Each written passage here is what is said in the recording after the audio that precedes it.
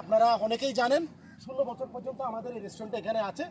8 বছর পরে যখন এই উন্নয়ন কর্তৃপক্ষ কক্সবাজার আসেন তখন ওনারা আমাদেরকে একটা নোটিশ করেন 8 বছর আগে যে আপনারা আমাদের থেকে একটা পারমিশন নেন। আমরা তখন ওখানে গিয়েছি, উন্নয়ন কর্তৃপক্ষের যিনি চেয়ারম্যান ছিলেন উনি হচ্ছে এই ফুরকান স্যার ছিলেন, ওনার সাথে আমরা কথা বলেছি। উনি আমাদেরকে আশ্বস্ত করেছেন যে বাঁশ কাঠের জন্য আপাতত কোনো অনুমতি লাগে না, আপনারা যেভাবে আছেন ওইভাবে থাকেন। এখানে তো কোনো ইট দিয়ে সিমেন্ট দিয়ে লোহা দিয়ে কোনো কিছু স্থাপনা তৈরি করেন নাই আপনারা, যেহেতু আপনারা ওইভাবে স্থাপনা তৈরি করেন নেই সেহেতু আপনারা ওইভাবে থাকতে পারবেন।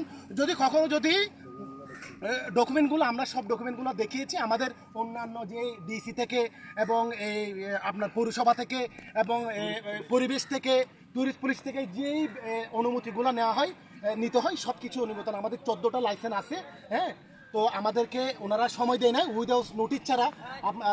ম্যাডাম স্যার যিনি বলেছেন উন্নয়ন কর্তৃপক্ষ স্যার যে আমাদেরকে 3টা নোটিশ দেওয়া আছে, আর অ্যাকচুয়ালি আমাদেরকে কোনো নোটিশই আমাদেরকে মানে ওনারা দেন নাই। বিনা নোটিশে এসে, উইদাউট নোটিশে এসে আমাদেরটা সকালবেলা আমরা সবাই ঘুমছিলাম ওই সময় এসে আমাদের এই রেস্টুরেন্টটা গুড়িয়ে দেওয়া হয়েছে।